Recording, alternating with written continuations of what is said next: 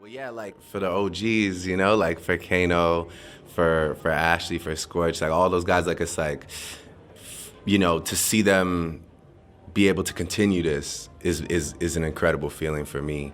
Nobody saw this coming. Drake, the celebrated hitmaker who dominated charts for over a decade, might have just delivered one of his most underwhelming albums ever. Released with monumental hype and fanfare, SSS for You seemed poised to dominate playlists, especially given Drake's history of staggering numbers.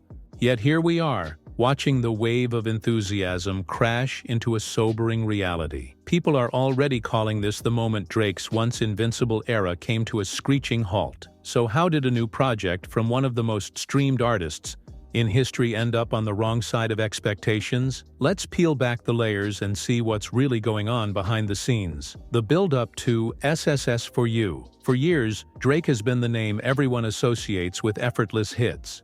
When he announced SSS for You, fans braced themselves for yet another takeover. Early leaks, cryptic social media teasers, and the promise of a fresh sound kept anticipation at an all-time high. Every insider kept repeating the same line: "He's about to change the game again." But with the dust settled, some are now wondering if the hype machine worked a little too well. The album's pre-release momentum was through the roof, almost guaranteeing a massive chart debut. After all, Drake's last major venture, For All the Dogs, sparked endless debates and social media chatter. Love it or hate it, everyone had an opinion. The expectation was that SSS for You would ride that wave even further, doubling down on Drake's unstoppable streak. Yet the more the buzz grew, the more the pressure escalated. In the end, this project may have stumbled beneath those towering expectations. What's certain is that when Drake readied SSS for You, both fans and skeptics alike expected a cultural juggernaut. But as you'll see, that tidal wave of attention came with a rude awakening. Early reception and shocking streaming numbers. The moment SSS for You dropped, the internet lit up with reactions, just as everyone predicted. Yet the conversation quickly pivoted from excitement to bewilderment. Yeah, like, I just, it's a shame if you don't notice the shift in energy around you. I mean, you can't be oblivious to what's going on around you. And I just like kind of woke up one day like, yo, this is my time. This is my, this is my thing. I run this, you know, like nobody can really talk to me. I'm good at what I do. First-day streaming totals hovered around 56 million, significantly lower than Drake's usual towering debuts. By day 2, the buzz took an even sharper dive, dipping into the 30 million range. That's a huge contrast to the 108 million first-day streams that For All the Dogs once boasted. Industry watchers scrambled to explain this dramatic drop. Was it a matter of timing? Did the album's low replay value turn off casual listeners? Or had the public finally grown tired of the same old approach? For a star as big as Drake, losing nearly half of your expected opening day numbers is almost unthinkable. Worse yet, these underwhelming stats didn't just dent Drake's ego, they fueled talk that SSS for You might be the canary in the coal mine for a larger downfall. Comparisons started pouring in from every angle. People pointed out that even his older records consistently maintained higher streams during their respective launches. Many fans gave SSS for You a single run-through only to walk away unimpressed. The project's underperformance was so striking that some labeled it the biggest commercial surprise of Drake's entire catalog. And while loyal followers rushed to defend him, the numbers told a stark story. Competitors and industry reactions. If the lukewarm streaming stats weren't enough, the success of other artists at the same time made Drake's stumble look even worse. Kendrick Lamar's music, much of it already months old, continued to chart higher, and new releases like Luther seemed to dominate playlists far beyond Drake's new material. Meanwhile, superstars like Bad Bunny, The Weeknd, and Tyler the Creator added to the pressure by dropping projects that soared straight to the top of global charts. Those who follow industry chatter noticed something unusual: the aura of inevitability that once surrounded Drake's releases felt missing.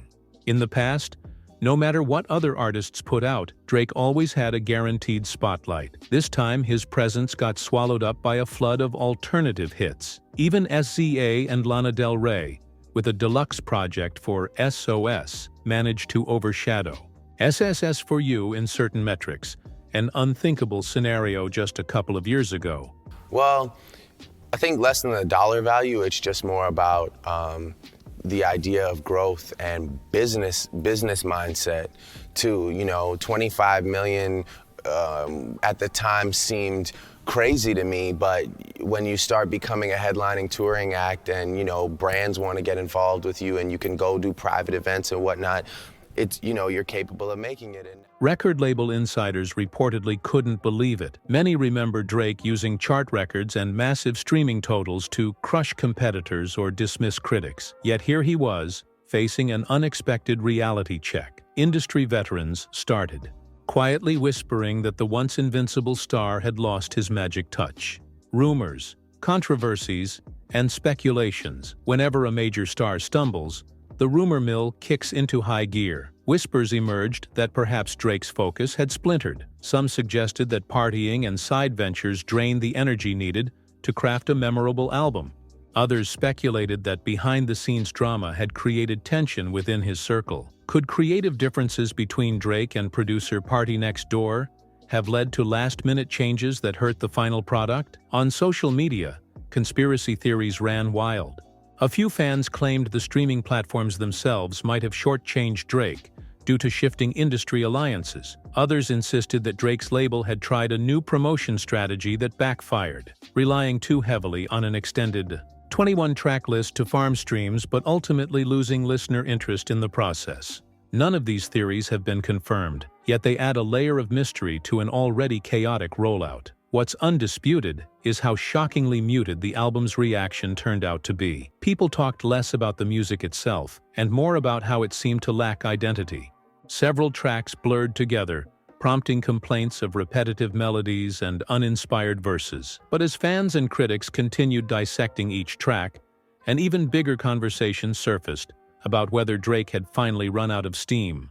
Fan perspective and social media meltdown. While casual observers saw the album's performance as proof of Drake's decline, hardcore fans fought back aggressively. Some insisted these streaming dips meant nothing beyond a temporary glitch, accusing the media of blowing the numbers out of proportion. They argued that Drake had simply taken a creative risk, and that real artistry sometimes fails to resonate immediately. Still, plenty of disenchanted fans voiced disappointment. They had defended For All the Dogs, despite its mixed reviews, hoping that SSS for You would show Drake's evolution. I've been really inspired by like some real just gutter hood music, like just listening to like Lil Reese Savage mixtape, listen to Lil Herb, Lil Bibby, Fergie. I'm proud of Ferg, ASAP Ferg. He's been killing it. Instead, they got a project many found dull and forgettable. Memes flooded Instagram and X, formerly Twitter, with jokes about Drake's elevator music approach to songwriting. A few wryly noted that he seemed more interested in responding to old beefs than in pushing fresh boundaries.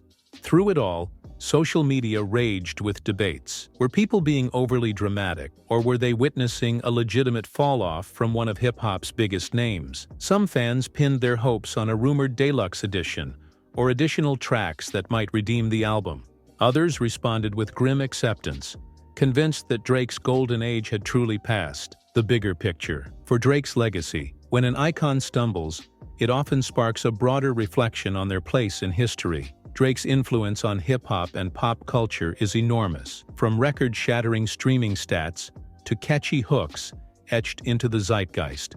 Yet if SSS for You is indeed a flop of epic proportions, what does that mean for his legacy? In hip-hop's ever-evolving landscape, even titans face rough patches. Legends like Jay-Z, Eminem, and Kanye West each navigated moments when critics declared their eras over, only to bounce back in surprising ways. But Drake always stood apart by rarely letting the momentum slip. Now that the slowdown has become undeniable, people wonder if he has the resilience to reclaim his position at the top. Some say this dip is a natural chapter in the arc of any superstar, an artistic reset before returning stronger. Others believe the bottom has truly fallen out, that Drake's brand of moody introspection and melodic bars just doesn't excite listeners in the same way anymore. Regardless, SSS for You has triggered a crucial conversation. What happens to an artist's legacy when hype and history collide? Possible next moves. And industry impact as speculation flares. One question looms: how will Drake respond? Will he double down on a pop-leaning melodic direction to recapture the mainstream? Or will he step away to recalibrate his sound entirely? Well, yeah, like for the OGs, you know, like for Kano, for Ashley, for Scorch, like all those guys, like it's like, you know, to see them be able to continue this is an incredible feeling for me.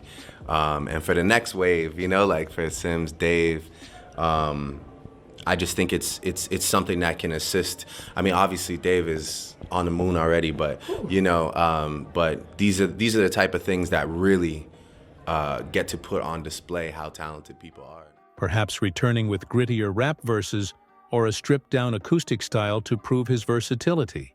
Industry analysts suggest that Drake might try an immediate pivot, a surprise EP or single featuring unexpected collaborators. Others believe he'll lay low, letting the chatter die down before re-emerging with a more cohesive project. Then, there's the possibility of a grand rebrand, one where Drake distances himself from old feuds and invests in a new public persona that emphasizes artistry over chart dominance. Whatever path he chooses, the ramifications for the broader music scene will be enormous.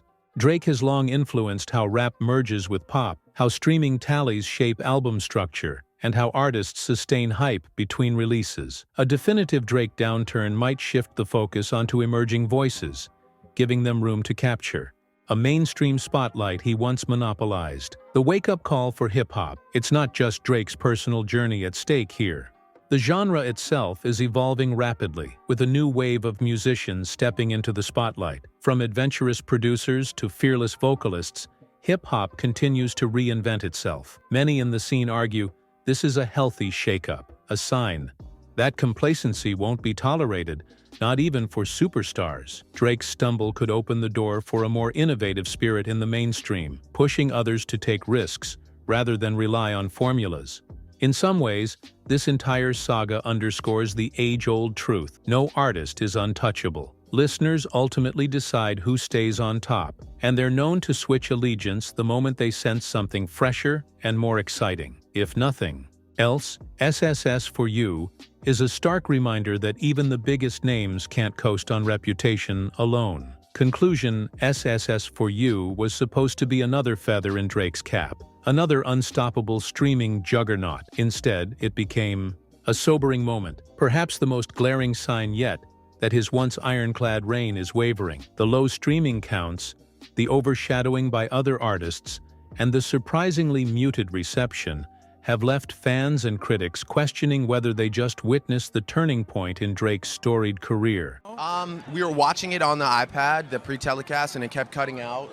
And then it just cut right back on for the moment where they're like, and best rap album goes, and they said Take Care, and I almost was like, oh, I didn't, like, it almost didn't even sound like my album. And then we just started going nuts, and we got out literally in the middle of the street, blocked cars, we all hugged. Aww. And then when I got back in the car, I realized that I had torn my suit. Where? So I stopped at a Where's the hotel. So he stopped at a hotel and sewed it up. And I told the tailor to meet me there, and she sewed up my suit. Is this a blip, a momentary stumble, before a triumphant comeback? Or is it the early chapter in a larger downfall, the day everyone realized that Drake's well of hits might be running dry? Only time will tell. For now, the conversation is aflame across social media and beyond, drawing in casual observers and die-hard devotees alike. Whichever side you fall on, there's no denying the significance of this moment. One of hip-hop's biggest icons may have just reminded us that every era, no matter how golden, must one day fade. If you have your own theories, maybe you think the album just dropped at a bad time, or perhaps you believe Drake's new direction isn't as inspiring. Be sure to share your thoughts. After all, this kind of moment doesn't come around often. The potential end of a monumental run that once felt like it would never stop. We can only wait and see whether Drake can surprise us all again, or if SSS for You will go down as the full stop to one of the most impressive streaks in music history.